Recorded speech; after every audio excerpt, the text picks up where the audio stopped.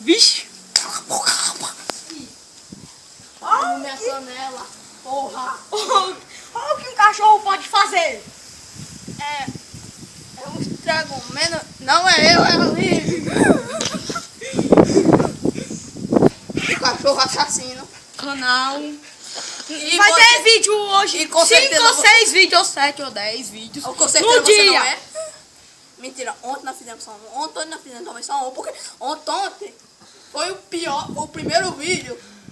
Demorou. Nós chegamos aqui 4 horas. Quando foi? Foi 4 horas. Quando nós fomos fazer o vídeo perfeito, foi 5h30. 5h30, das Não, 6 horas. foi 4 horas.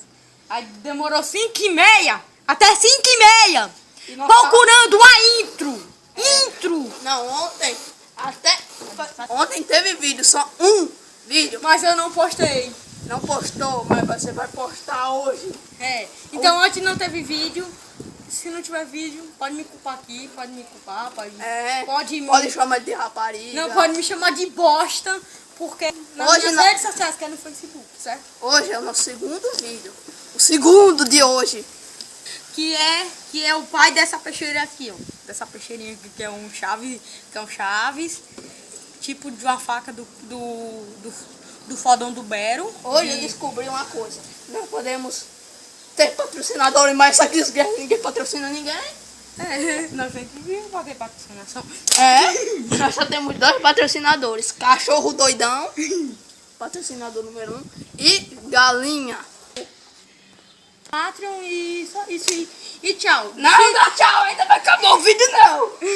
A de Jeff Costa. O vídeo engraçado esse, hein? Só vim falar, dizer os patrocinadores da Galinha Pitadinha, o Cachorro E o Loucão. meu é Danilo Ferreira. E Não, o que aconteceu com você há 10 anos atrás?